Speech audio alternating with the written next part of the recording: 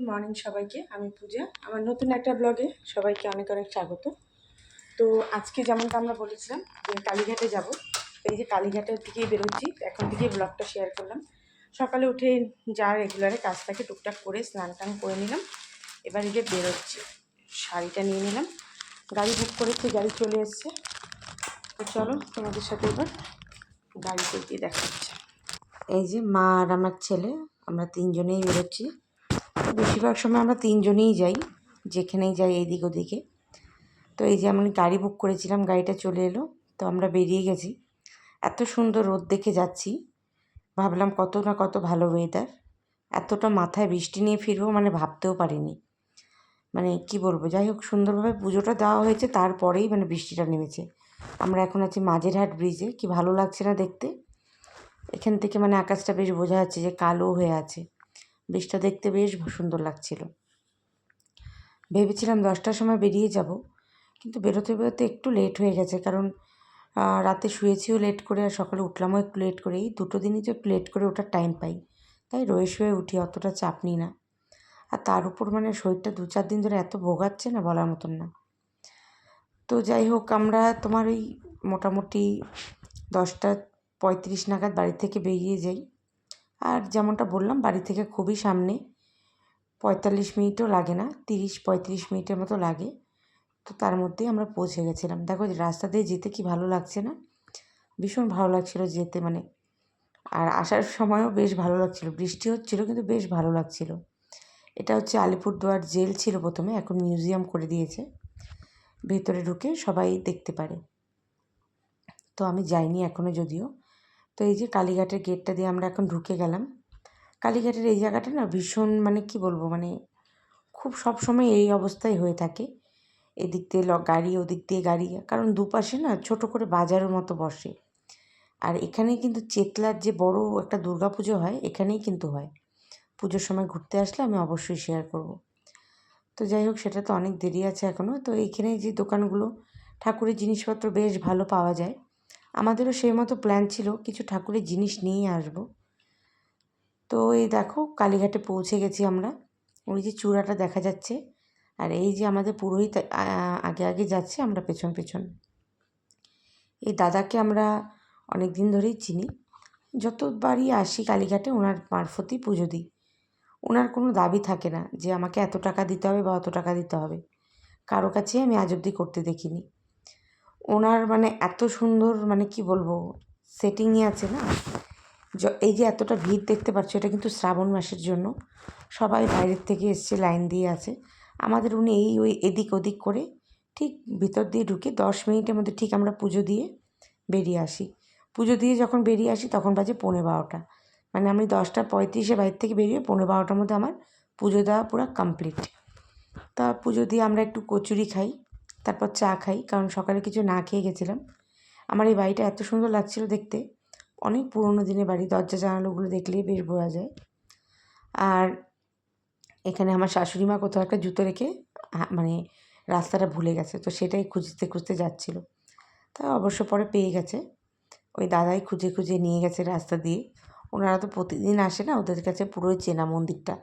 মন্দিরে যেহেতু অনেকগুলো গেট 1 2 3 করে থাকে, তো সেটাই একটু চিনতে সমস্যা হয়। মন্দিরের ভেতরে না এরকম ফুলের অনেক দোকান, ফুলের অনেক দোকান না, একটাই দোকান, অনেক রকম ফুল টুল আছে এখানে, বেশ সুন্দর। আর এখানে সব দেখছো যে এরা সব কিন্তু মানে ওই শ্রাবণ মাসে বলে বম এরা করতে এসছে, এখানে ঘুরতে ঘুরতে মন্দির দর্শন করে যাচ্ছে কালীঘাটে। তো এখানে বজরংবলী ছিল, আমরা এখানেও একটু পুজো দিলাম, দিয়ে এসেছিলাম এখানে কালভৈরব মন্দিরে। কালভৈরব মন্দিরে পুজো দিয়ে তারপর আমরা খেতে গেছিলাম। এই যে দেখতে পাচ্ছ, এটা স্কাই ওয়াক। স্কাই ওয়াকটা নতুন হয়েছে, এর আগে কিন্তু আসিনি আমরা কখনোই। তো স্কাই ওয়াকে কিছুক্ষণ ঘুরলাম। স্কাই ওয়াকে মানে এদিক দিয়ে ঘুরে ওই পাশে গিয়ে মেন রোডে ওঠা যায়। তো আমি যেহেতু গাড়ি বুক করেছিলাম আবার এখানেই আসবে, তো সেজন্য আমি আর ওই দিকটা যাচ্ছিলাম না। আমাদের প্ল্যান ছিল এখানে কিছু ঠাকুরের টুকিটাকি জিনিস নিয়ে তারপরে আমরা যাব। তো স্কাই ওয়াকটা এমনি ঘুরতে উঠেছিলাম। ওমা, স্কাই ওয়াক থেকে নেমে গিয়ে দেখি কি বীভৎস বৃষ্টি। বৃষ্টি কাকে বলে, মানে মুষলধারে বৃষ্টি হয়েই যাচ্ছে, আর বৃষ্টি যে থামছে সেটা নয়, কনস্ট্যান্ট হয়েই যাচ্ছে হয়েই যাচ্ছে। তো মোটামুটি আমরা বৃষ্টিতে 1.5 ঘন্টা দাঁড়িয়েছিলাম। এখন 1.5 ঘন্টা দাঁড়িয়ে আছি, গাড়ি বুক করছি। গাড়িওয়ালাও রাস্তা মানে হয় না, রাস্তা মানে আমরা এক গেটে আছি, উনি আরেক গেটে, এরকম করতে করতে 2টো গাড়ি ক্যান্সেল হয়ে গেল। 3 নম্বর গাড়ি তারপরে বললো যে আমি থানার সামনে দাঁড়িয়ে আছি। তারপরে এই যে আমরা এখান দিয়ে এলাম, দেখো এখানে মাঝখানে একটা খুব সুন্দর কারুকার্য করে রেখেছে। তো আগে দেখলে এখানে এসে ফটো তুলতাম, তো টাইম ছিল না কারণ গাড়ি দাদা দাঁড়িয়েছিল। তো আমরা নিচে লিফটে করে আসি। বৃষ্টিতে একদমই আসতে পারছিলাম না, মানে এতটা বৃষ্টি না, যদি 2 পাও আগাই আমি ভিজে যাব। তারপরে একজনের কাছে একটু ছাতা চাই, উনি আমাকে একটু ছাতা দিয়ে হেল্প করলো। আমরা ওই একটা ছাতার নিচে 3 জন কোনো মতো বেরিয়ে আসি, এসে ওনাকে ছাতাটা দিলাম, দিয়ে তারপর আমরা এই গাড়িতে উঠি। ওনার গাড়িটা খুব সুন্দর করে সাজানো, আমার এত ভালো লাগছিল উঠে। আর খুব সুন্দর সুন্দর গান চালাচ্ছিল বৃষ্টির মধ্যে, মানে গাড়িটা চড়ে আসতে বেশ ভালো লাগছিল। আর এখানে দেখো রাস্তায় কিন্তু খুব জল জমে গেছে। তো রাস্তা দিয়ে যখন গাড়িগুলো যাচ্ছে বোঝা যাচ্ছে মানে কতটা জল জমেছে। তো মানে খালি মানে কালীঘাটে বলে নয়, আমাদের বাড়ি এই দিকটাতেও তারাতলা, মানে আমাদের বাড়ি এই মোল্লাগেট এরিয়া প্রচুর বৃষ্টি হয়েছে। রাস্তায় যে কত জল জমে আছে তোমাদের এই দেখো, গাড়িগুলো যাচ্ছে, টায়ারগুলো নিচে দেখো প্রচুর মানে জল জমে গেছিলো। এতটা বৃষ্টি মানে আমরা কোনো মানে কেউই দেখেনি, কলকাতার কেউই দেখেনি এর আগে। এরকম বৃষ্টি আমাদের এখানে খুব কমই হয়। এবারই মানে প্রথম যে আমরা এত বৃষ্টি পাচ্ছি আষাঢ় শ্রাবণ মাস ধরে, নইলে আমরা বৃষ্টির জন্য হাহাকার করে বসে থাকি। তো এই তো আমরা মোটামুটি তারাতলা ব্রিজের এখানে চলে এসেছি। আর এখান থেকে আমাদের বাড়ি মনে করো ওই 20 মিনিটের মতো রাস্তা। এখন যেহেতু একটু বৃষ্টি পড়ছে, ওই 1/2 ঘন্টাই ধরো লাগবে। তো বাড়ি এসে দেখি বাবা না ডাল সেদ্ধ করে রেখে গেছে, আমি ফোড়ন দিলাম, আর মা যাওয়ার সময় ভাত করে গেছিলো। আর তারপর না পাঁপড়গুলো ভাজি, আর এক পাশে আলু সেদ্ধ বসিয়ে দিয়েছিলাম প্রেশার কুকারে।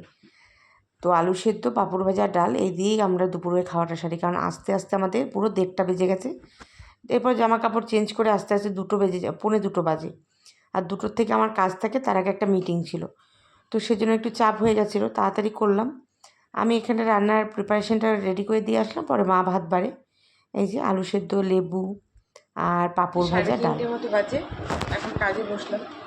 আর বলো না, মানে এইবার আমি যা ভুগছি না বলার মতো না, মানে কিছু না কিছু আমার লেগেই আছে।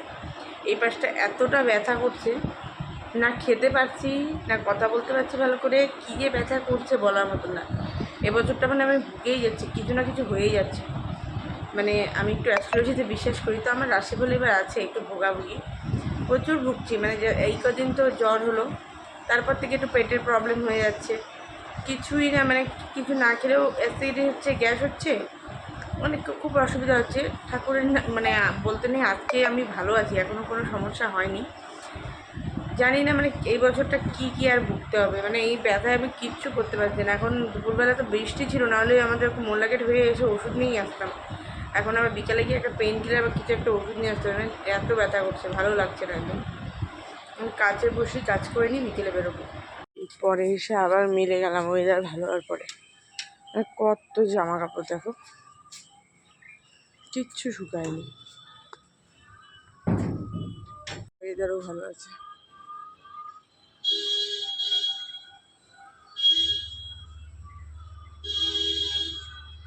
এই যে সন্ধেবেলা প্রয়াগ পড়তে বসছে, কালকে ওর আমি টেস্ট নেব, সেটাই ও প্রিপারেশন নিচ্ছে।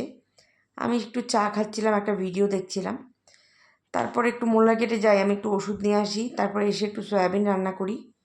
তো মা তার আগে ভেন্ডি ভাজা করেছে, আলু ভাজা করেছিল, আর ডাল ছিল, সেগুলো নিয়ে নিই। আমি এই ডাল ভালো লাগে না বলে আমি সয়াবিন দিয়ে খাচ্ছিলাম শুধু, আর আমার ছেলে ভেন্ডি ভাজা আর সয়াবিন। 11:30 বাজতে যায়, দুজন মিলে বসে বসে আড্ডা দিচ্ছি। মানে কালকেও ছুটি, কি রিল্যাক্স মুডে আছি সেজন্য।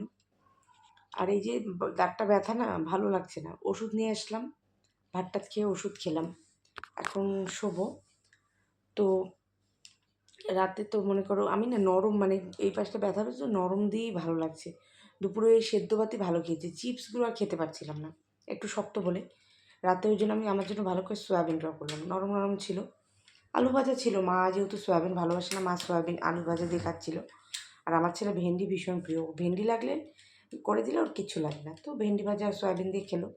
আমি আর কিছু নিইনি, আমি ওই সয়াবিন দিয়েই খেয়েছি, আমার আবার সয়াবিনটা বেশ ভালো লাগে।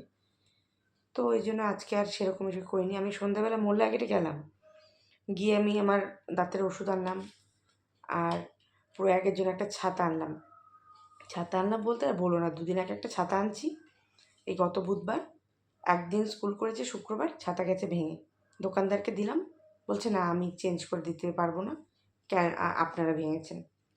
কি বলবো আর। এখন তার অন্য পরে ওই দোকান থেকে আনিনি, অন্য আরেকটা দোকান থেকে গিয়ে আরেকটা ছাতা নিয়ে আসলাম। কারণ দেখো বৃষ্টি তো হচ্ছে, আমার তো ছাতা লাগবেই। এখন আগে যদি জানতাম, কালকে আমি অফিসে গিয়ে ফেরার পথে নিউ মার্কেটের দিকে একটু ওখান থেকে মেট্রো ধরলাম, ওখানে বেশ সুন্দর সুন্দর ছাতা ছিল, তাহলে নিয়ে আসতাম। ঠিক আছে, একটা ছাতা তো আর সারা জীবন যায় না। দেখা এদিকে নয়, ছাতাটা খোল, পরের বছর আবার কিনবো ছাতা। ঠিক আছে, খারাপ লাগছে, মানে 2 দিনও হয়নি যে ছাতাটা কিনেছি, ও যদি ইউজ করতো তবুও মানতাম। ছাতাটা কেনার পরে 2 দিনও ইউজ করতে পারলো না, ছাতাটা পুরো নষ্ট হয়ে গেল, আর চেঞ্জও করে দিল না। টাকাটা মানে পুরোটা আমার জলে গেল। তো যাই হোক, আর কী করা যাবে। এই যে এই ছাতাটা কিনেছি, দেখো এই যে এই ছাতাটা, খুব সুন্দর প্রিন্টটা, ওর পছন্দ হয়েছে ভালো। তো ব্লগটাকে আজকে এখানেই শেষ করছি। এখন একটু মাথায় তেল দেব, তারপর বিছানাপত্র করে শুতে যাব। তো ভিডিওটা ভালো লাগলে অবশ্যই লাইক করো, আমার চ্যানেলটাকে সাবস্ক্রাইব করতে পারো ভিডিওগুলো ভালো লেগে থাকলে। দেখা হবে আবারও একটা নতুন ব্লগে, ততক্ষণের জন্য গুড নাইট সবাইকে।